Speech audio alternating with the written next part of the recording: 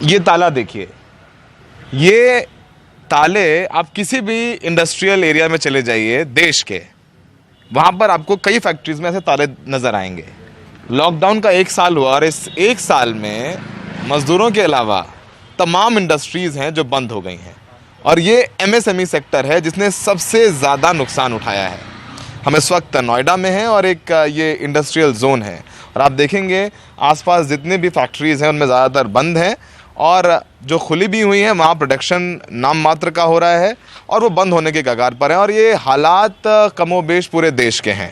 हमारे साथ Noida industrial association के, एंटरप्रेन्योर एसोसिएशन के प्रमुख विपिन साहब हैं। विपिन साहब, ये हालात 1 साल हुआ लॉकडाउन के, इंडस्ट्रीज़ के क्या हालात हैं शुरुआती तौर पर, तो हमें ये बताइए। देखिए, जब लॉकडाउन हुआ तो अचानक लॉकडाउन कर दिया गया, समझ ही नहीं पाए कि हमारा कल क्या होगा। इंडस्ट्री बंद करनी पड़ गई, सारे लोगों को घर में बैठना पड़ गया, श्रमिकों को अपने अपने घर जाना पड़ गया। उसके बाद में धीरे धीरे माहौल देखा जाए तो सितंबर अक्टूबर में आके थोड़ा सा कहीं उद्योगों का अनुकूल हुआ, पर उसके बाद में सबसे बड़ी मार ये पड़ गई कि हमारे रॉ मटेरियल जो हमारा कच्चा माल होता है उसके बेहताशा वृद्धि 150-150%, 200% होने लग गई। उसके बाद में माहौल तो लॉकडाउन से भी बुरा होने जा रहा है।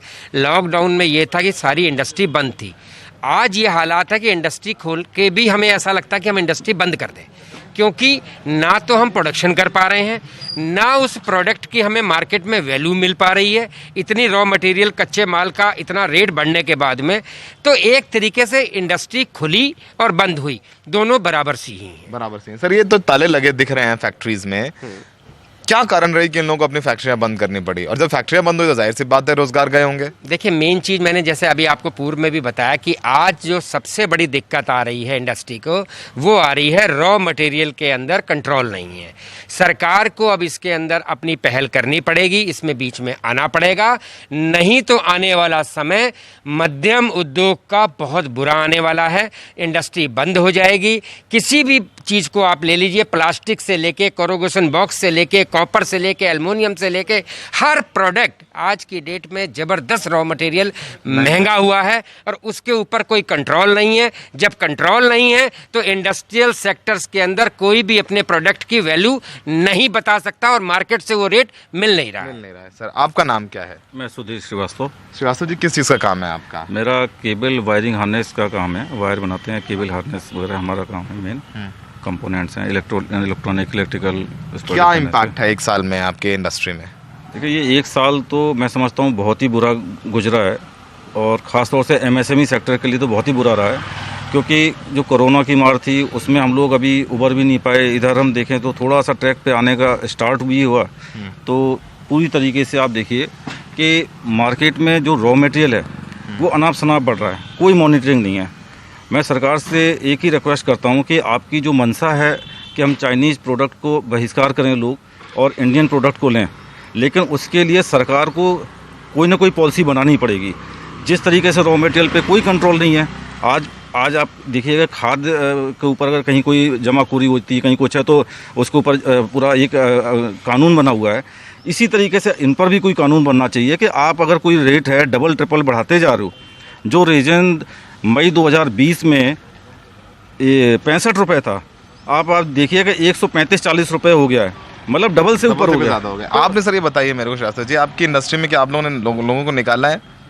अब निकाला क्या, जो लॉकडाउन में गए थे उसके बाद में बहुत कम लोग आए हैं, और हमारी ज़रूरत भी नहीं है कि हम ज़्यादा लोगों को रखें, क्योंकि हमारी जो रिक्वायरमेंट है उस हिसाब से उतने वर्कर हैं हमारे पास में, और रिक्वायरमेंट बढ़े तो लें, क्योंकि रिक्वायरमेंट जो हमारे पास आज से हम बात करें जब लॉकडाउन के पहले की जो थे उसके 50% ये मैन पावर की रिक्वायरमेंट रह गई है, उतना ही हमारी 50% का मैन पावर हमारे पास बेरोजगार हो गया। बिल्कुल जाहिर सी बात है। सर, आप रुकिएगा। सर, आपका नाम बताइए। मेरा नाम राकेश कोहली है। कोहली साहब, किस चीज़ का काम है आपका? मेरा स्टील अलमीरा स्टील फर्नीचर का काम है। स्टील अलमीरा स्टील फर्नीचर का काम कितने साल से काम कर रहे हैं? मेरा काम 30 साल से है जी। 30 साल इधर और ये 1 साल लॉकडाउन का इधर, सर हालात क्या है? हालात ऐसे है कि कभी भी फैक्ट्री जो है वो बंद करनी पड़ सकती है।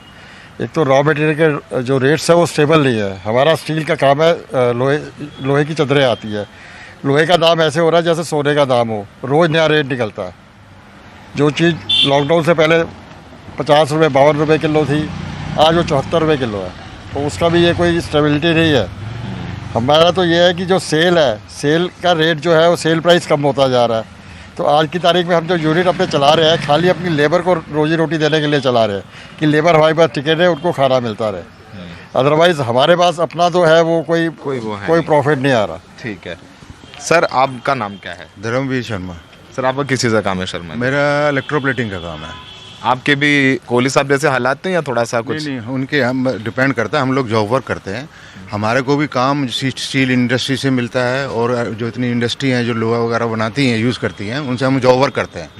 तो उनका काम नहीं चल रहा, इसलिए हमारा काम भी नहीं चल रहा, हमारा भी मंदा पड़ा हुआ काम है। तो जाहिर सी बात है सर, जब आप लोगों का काम नहीं चलेगा तो वर्कर्स नहीं चाहिए होंगे आपको, मजदूर नहीं चाहिए होंगे, स्किल्ड लेबर आप निकालेंगे, निकाली भी है आप लोगों ने। निकाली हुई, जैसा आपने पहले पूछा था, मैंने बताया था कि तकरीबन लॉकडाउन के बाद 20% लेबर तो वैसे निकल गई थी या निकाल दी गई थी, दोनों चीज़ें थी। कुछ तो वापस नहीं आई, कुछ निकालनी पड़ी, काम ही नहीं था। और ये जो रेट इंक्रीज़ हुए हैं इस टाइम, 100% पेपर के रेट इंक्रीज़ हो चुके हैं। ये सिर्फ कॉरुगेटेड बॉक्स के ही नहीं है, पेपर का मतलब पेपर प्रिंटिंग, बच्चों की कापियाँ, किताबें, मतलब हर सेक्टर में रॉ मटेरियल इतना महंगा हो गया है, काम करना मुश्किल हो रहा है। इसमें अब जब हमारे पास आगे से रेट नहीं मिलेगा तो अभी तो वही बात है कि लेबर के लिए काम कर रहे हैं, वर्किंग कैपिटल डबल लग गई है। वर्किंग कैपिटल डबल हो गई।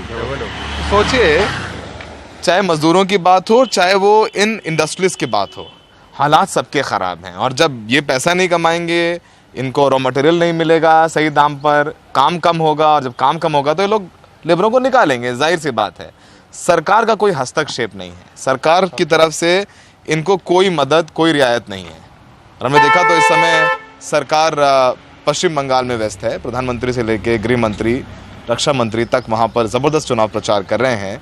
लेकिन उन रोड शोज़, उन चमकीली रैलियों के अलावा ये बंद पड़ी फैक्ट्रियाँ भी एक हकीकत हैं इस देश में कि किस तरीके से देश का मजदूर और इंडस्ट्रियलिस्ट तकलीफ में। नहीं है इस बारे में। सहयोगी रवि के साथ नोएडा में सौरभ शुक्ला, NDTV इंडिया।